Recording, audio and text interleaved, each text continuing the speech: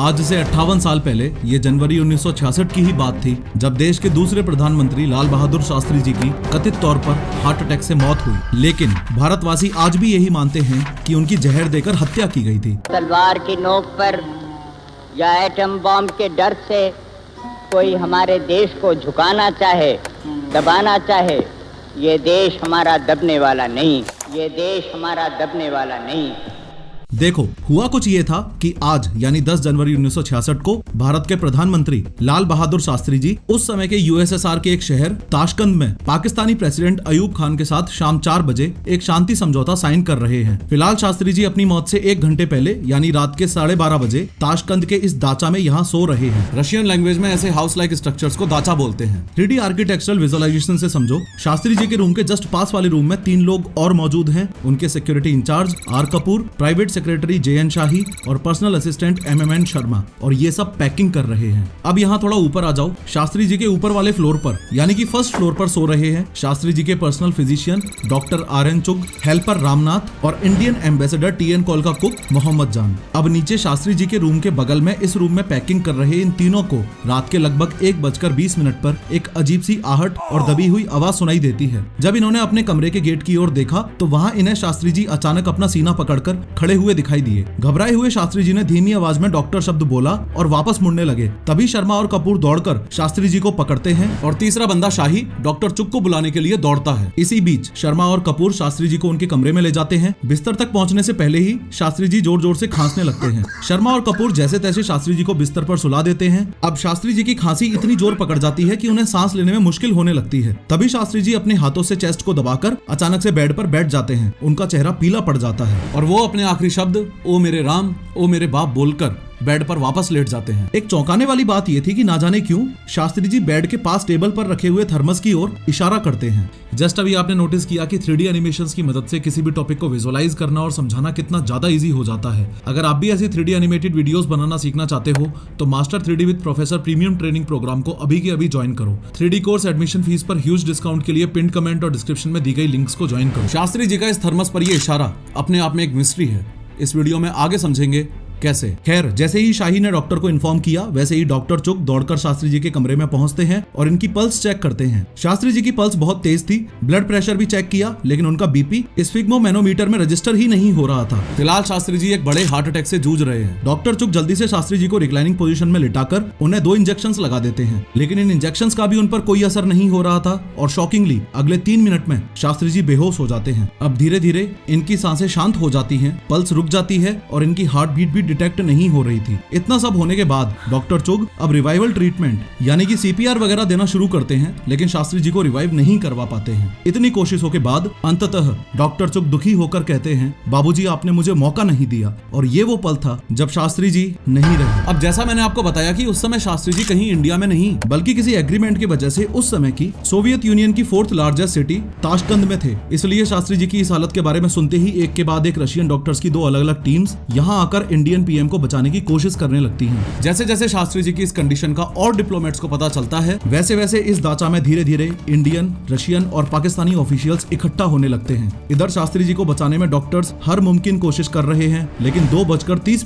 पर Russian doctors की दोनों टीम्स ने भी शास्त्री जी को डेड डिक्लेयर कर दिया। अब इस दाचा में मौजूद सभी लोगों में एक बहुत ही चुभने वाली शांति पसर जाती है। यहाँ कोई भी शास्त्री जी की मौत पर विश्वास करने को रेडी था ही नहीं। अगली सुबह शास्त्री जी की डेड बॉडी को USSR से इंडिया लाया जाता है। इंडिया पहुंचते ही शास्त्री जी की डेड बॉडी पालम एयरपोर्ट पर लैंड करती है। आज दिल्ली के जिस एयरपोर्ट को हम इंदिरा गांधी इंटरनेशनल एयरपोर्ट नाम से जानते हैं उसका नाम पहले पालम एयरपोर्ट ही था। फिर यहाँ एयरपोर्ट से शास्त्री जी की डेड बॉडी को 10 जनपद यानी कि शास्त्री जी के निवास पर ले जाया जाएगा, लेकिन ना जाने क्यों मिस्टीरियसली एयरपोर्ट पर आए शास्त्री जी के बेटे हरि कृष्ण शास्त्री को उनकी बॉडी से दूर रखा जाता है। लाख कोशिशों के बावजूद भी हरि शास्त्री को यहाँ उनके फादर के दर्शन नहीं करने दिए गए। इसी बीच पालम एयरपोर्ट पर ही लोगों में बातें शुरू हो गयी कि शास्त्री जी की बॉडी से ब्लड क्यों निकल रहा है, उनका फेस इतना डार्क ब्लू क्यों हो गया, शास्त्री जी को किसने मारा, एक्सेट्रा एक्सेट्रा। अब जैसे ही शास्त्री जी की डेड बॉडी उनके घर पहुंचती है तब शास्त्री जी की डेड बॉडी का डार्क ब्लू कलर पेट और गर्दन के पीछे से निकल रहे ब्लड को नोटिस करके शास्त्री जी की वाइफ ललिता जी बोलती हैं कि शास्त्री जी को जहर देकर मारा गया है और जहर से ही इनकी बॉडी काली पड़ गई है। इस जहर वाली बात को सुनकर किसी ने फटाक से यहाँ पड़े चंदन लेप को शास्त्री जी के चेहरे पर और विजिबल बॉडी पार्ट्स पर लगा दिया। इस फोटो में आप क्लियरली देख सकते हो कि चंदन का लेप लगने के बाद भी शास्त्री जी की बॉडी कितनी डार्क दिख रही है। इसके अलावा शास्त्री जी की बॉडी इतनी फूल गई थी कि उनकी पहनी हुई बनियान को फाड़कर उतारना पड़ा था। जब शास्त्री जी की इतनी जल्दी फूल गई बॉडी को देखा गया तो उनकी फैमिली ने भी सवाल उठाए कि नॉर्मली मौत के 48 घंटे के बाद ही बॉडी फूलना शुरू होती है, वो भी गर्मी में।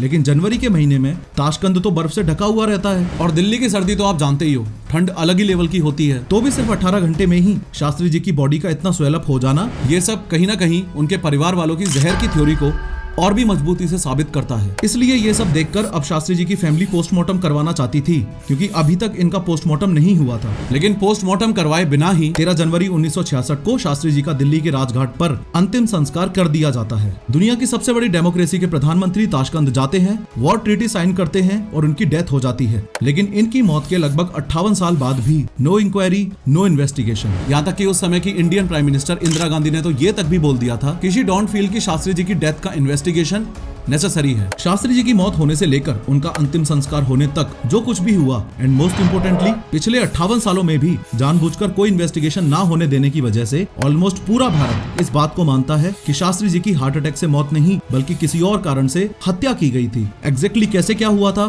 आज की इस वीडियो में 3D एनिमेशन की मदद से समझेंगे। लेकिन हर बार की तरह शुरू से शुरू करते हैं। साल 1964 में Indian prime minister Jawaharlal Nehru की डेथ के बाद लाल बहादुर शास्त्री जी भारत के दूसरे प्रधानमंत्री बनते हैं। शास्त्री जी ऐसे वैसे नहीं बल्कि एक ठोस पर्सनैलिटी के आदमी थे, जिन्होंने सिर्फ 18 महीनों के कार्यकाल में देश में ग्रीन रिवॉल्यूशन, व्हाइट रिवॉल्यूशन और न्यूक्लियर वर्ल्ड पावर की नींव रखने के साथ ही पाकिस्तान को 1965 के युद्ध में धूल चटवाई। हुआ कुछ यूं कि चाइना से 1962 का युद्ध हारने के बाद दुनिया में इंडिया की एक कमजोर देश की इमेज बन गई थी। इससे पाकिस्तान को लगा कि अभी इंडिया कमजोर है, ये हमला करके कश्मीर कब्जाने का सही समय है। और इसी समय एक पाकिस्तानी मंत्री जुल्फिकार अली भुट्टो बोलता है कि हम पाकिस्तान से टैंक लेके निकलेंगे और टहलते टहलते दिल्ली को कब्जा लेंगे। इस स्टेटमेंट से आप ये भी समझ सकते हो कि उस समय पाकिस्तान भारत को क्या ही समझता था। इसी कोशिश में पाकिस्तानी आर्मी इंडिया के बुरे वक्त में अप्रैल 1965 में गुजरात के रण में घुस जाती है और इसके साथ ही कश्मीर में भी 30,000 आतंकवादियों से अटैक करवा देती है। और ये सब करने का मकसद सिर्फ एक था कि कैसे भी करके कश्मीर पर कब्जा करना। इसी इन्फिल्ट्रेशन के दौरान आज यहाँ दिल्ली में पीएम शास्त्री जी को ये इंडियन फोर्सेस के ऑफिशियल्स पाकिस्तान की ओर से भारत में हुई घुसपैठ और अटैक्स के बारे में ब्रीफिंग दे रहे हैं। अब ये ऑफिसर्स जैसे ही शास्त्री जी को पाकिस्तानी आर्मी के कब्जे वाले खेल को एक्सप्लेन करते हैं, वैसे ही शास्त्री जी बेधड़क बोलते हैं कि अगर वो कश्मीर कब्जा रहे हैं तो आप पूरे पाकिस्तान पर कब्जा कर लो। ऐसा बेबाक जवाब सुन के ये ऑफिसर्स पहले तो एक दूसरे को देखते हैं और फिर अटेंटिव होकर शास्त्री जी के हर वर्ड को ध्यान से सुनते हैं। इंडियन फोर्सेस को फ्री हैंड देने के अलावा शास्त्री जी अपने इन्हीं इंडियन ऑफिशियल से ये भी पूछते हैं कि आप बताइए, इसके अलावा मातृभूमि की रक्षा के लिए मुझे और क्या करना चाहिए।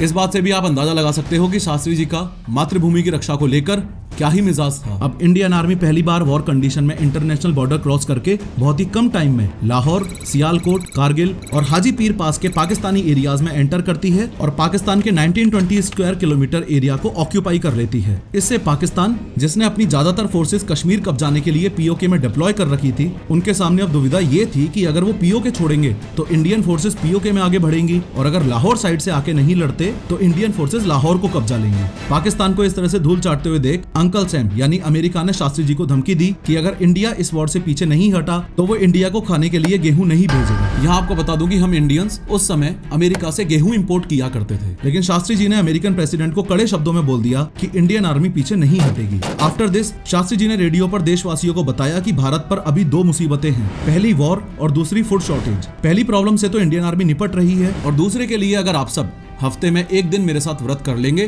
तो हम खाना बचा पाएंगे। तब तक दूसरे देशों से गेहूं इंपोर्ट करने का इंतजाम भी किया जा सकता है। लोगों ने शास्त्री जी की बात मानी और पूरा देश सप्ताह में एक दिन व्रत रखने लग गया था। उसके अलावा शास्त्री जी के ऑफिशियल्स ने कुछ दिनों में ही दूसरे कुछ देशों से गेहूं इंपोर्ट करने का इंतजाम भी कर लिया था। अब भारत पाकिस्तान के इस तनाव के बीच शांति समझौता करवाने के लिए यूएसएसआर की एंट्री होती है। यूएसएसआर इंडिया और पाकिस्तान के स्टेट्समैन को उस समय के यूएसएसआर और आज के उज्बेकिस्तान के ताशकंद शहर में इन्वाइट करते हैं। अब शास्त्री जी अपने मंत्रियों और असिस्टेंट्स के साथ 3 जनवरी 1966 को ताशकंद पहुंचते हैं। शास्त्री जी और इंडियन ऑफिशियल्स जब उज्बेकिस्तान से ताशकंद में पहुंचे तो इन सभी का रुकने का प्रबंध इस लोटस सिटी होटल में किया गया था, लेकिन लास्ट मोमेंट पर इस टीएन कॉल के कहने पर शास्त्री जी का ताशकंद में रुकने का अरेंजमेंट इस होटल से इस दाचा यानी घर में करवा दिया गया था। ये टीएन कॉल उस समय मॉस्को में मौजूद इंडियन एम्बेसी में एम्बेसडर था। इस दाचा में शास्त्री जी के इस रूम से ये लाइब्रेरी अटैच्ड है। इसी रूम के पास एक और रूम भी है। इस रूम के जस्ट बगल में यहाँ ये किचन है जिसमें ये रशियन कुक्स और ये रामनाथ शास्त्री जी के लिए खाना बनाएंगे और उसके अलावा सामने रिसेप्शन एरिया और है।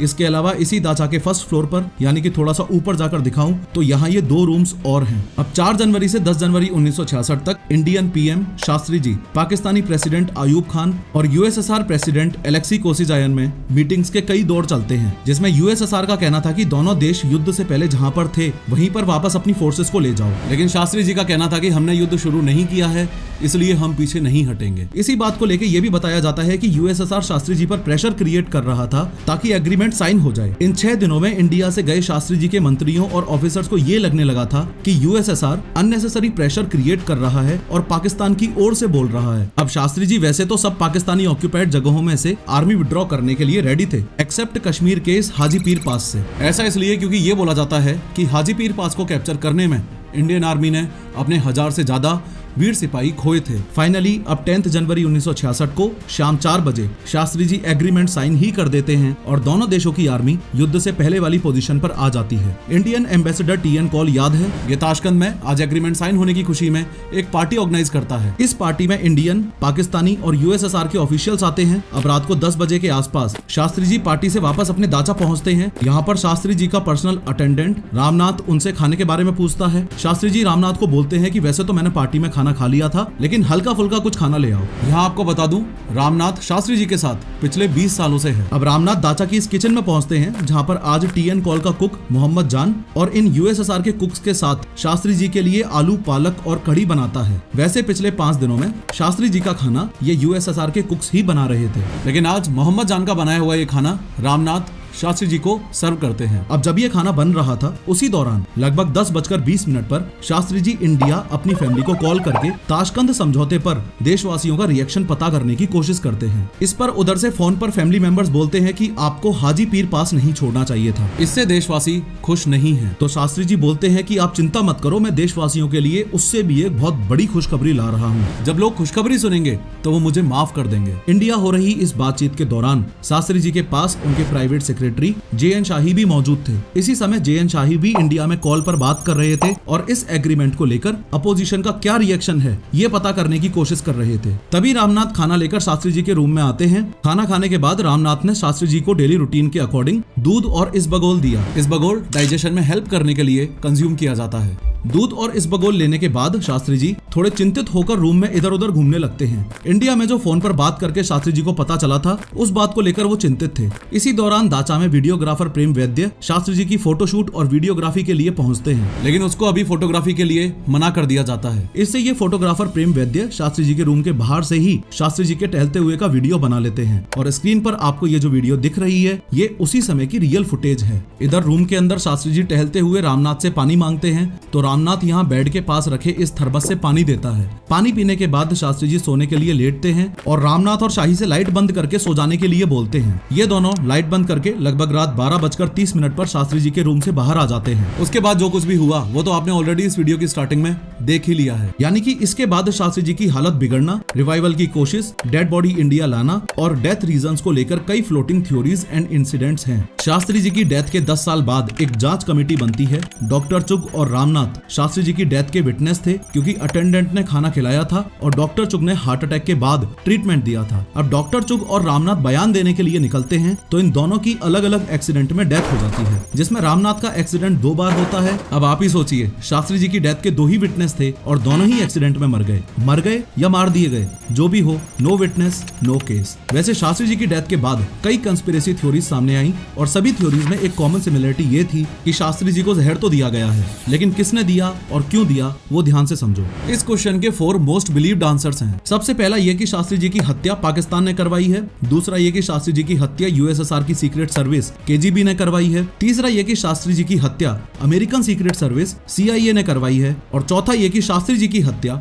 इंडियन पॉलिटिशियंस ने ही करवाई है। अगर सभी डॉट्स को कनेक्ट करके देखें तो हम शुरू करेंगे पाकिस्तान से। कुछ लोग बोलते हैं कि पाकिस्तान ने शास्त्री जी को जहर दिया है, लेकिन इस सबसे पहले पाकिस्तान वाले पॉइंट में एक लूप होल है। ध्यान से समझो, कि ताशकंद में एग्रीमेंट के लिए मौजूद पाकिस्तानी ऑफिशियल्स को हर वक्त ये डर ऑलरेडी बना हुआ था कि अगर शास्त्री जी ये एग्रीमेंट साइन नहीं करेंगे तो इंडियन आर्मी पाकिस्तान पर कब्जा कर लेगी। पाकिस्तानी ऑफिशियल्स तो वैसे ही यूएसएसआर के पांव पकड़ रहे थे कि कैसे भी करके इंडिया से बचा लो। ओवरऑल सिनेरियो ये है कि पाकिस्तान खुद उस समय भारत से डरा हुआ था और उसको पता था कि मैंने ऐसा कुछ किया तो वापस पेला जाऊंगा। तो क्लियरली शास्त्री जी को मारना उनके बस की बात तो है नहीं। तो फिर लोगों का दूसरा शक जाता है यूएसएसआर की सीक्रेट सर्विस यानी केजीबी पर। आपको बता दूं कि सेकेंड वर्ल्ड वॉर के बाद यूएसएसआर और अमेरिका में वर्ल्ड लीडर बनने की होड़ लगी हुई थी। इसी होड़ के चलते यूएसएसआर ने अपना दबदबा बनाने के लिए भारत और पाकिस्तान के बीच में शांति समझौता करवाया था। अब अगर केजीबी यूएसएसआर में शास्त्री जी को मारती तो यूएसएसआर से दुनिया का विश्वास खत्म हो जाता, और वो भी तब जब दुनिया कोल्ड वॉर की वजह से दो पार्ट्स में बटी पड़ी है। तो ऐसी सिचुएशन में कोई भी देश अपने आप पर विश्वासघाती का टैग तो नहीं लगवाना चाहेगा। हालांकि केजीबी सीनियर ऑफिसर वसीली मित्रोकिन की इस बुक में बताया गया है कि कैसे केजीबी ने इंडिया के चुनावों में जरूर इंटरफेयर किया था, लेकिन लाल बहादुर शास्त्री की हत्या का कोई जिक्र इस बुक में डायरेक्टली और इनडायरेक्टली नहीं किया गया है। और यूएसएसआर ने हमेशा ये बात आगे से बोली है कि शास्त्री जी की डेथ मिस्ट्री में हम इंडिया की पूरी हेल्प करेंगे, लेकिन जांच तो शुरू करो। एक बात और बता दूं कि शास्त्री जी के नेक के पीछे और पेट पर कट यूएसएसआर की डॉक्टर्स की टीम ने ही लगाए थे। शायद यूएसएसआर के डॉक्टर्स की टीम को पता लग गया था कि शास्त्री जी की डेथ पॉइजनिंग से ही हुई थी, इसलिए डॉक्टर्स ने शास्त्री जी की नेक के पीछे स्पाइनल कॉर्ड और पेट पर लगे कट से सैंपल्स कलेक्ट किए थे, ताकि कल को अगर इंडिया किसी भी तरह के एलिगेशंस लगाए तो इन सैंपल्स के बेस पर बेगुनाही प्रूव कर सके। लेकिन इंडिया कोई इन्वेस्टिगेशंस करवा ही नहीं रहा है, तो सैंपल्स की बदौलत कुछ पता कैसे चलेगा। तीसरे नंबर पर है सीआईए ऑफिसर रॉबर्ट क्रोली के एक इंटरव्यू बेस्ड इस बुक के ये 2 सेंटेंसेस पढ़िए। अगर ये स्टेटमेंट्स सच हैं तो सीआईए द्वारा शास्त्री जी के असैसिनेशन के कई रीजंस हो सकते हैं। शास्त्री जी सिर्फ 18 महीनों तक इंडिया के प्रधानमंत्री रहे थे और इतने थोड़े समय में ही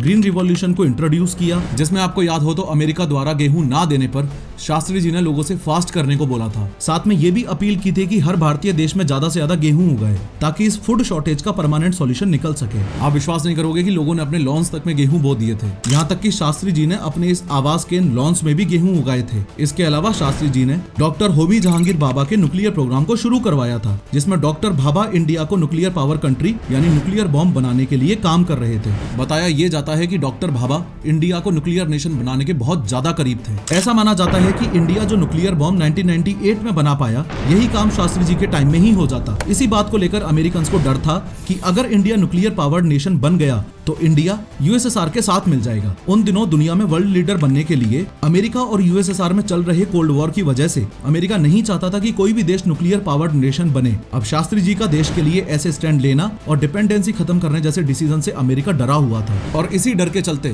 पहले शास्त्री जी को और शास्त्री जी की डेथ के 10 दिन बाद डॉक्टर भाभा को।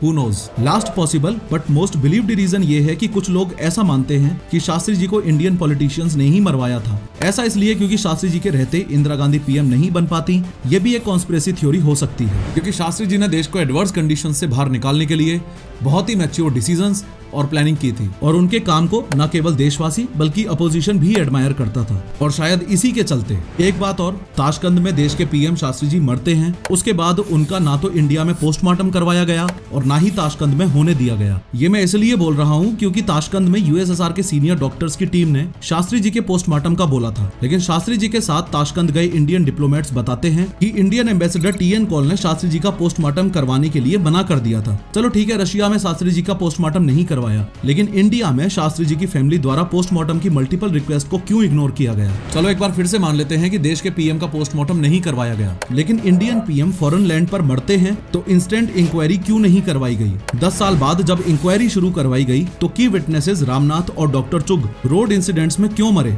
और तो और लोग ये भी मानते हैं कि इंदिरा गांधी का करीबी और शास्त्री जी के की सस्पेक्ट में से एक टीएन कॉल को शास्त्री जी की डेथ के सिर्फ 2 साल बाद यानी 1968 में ही इंडियन फॉरेन सेक्रेटरी प्रमोट कर दिया गया,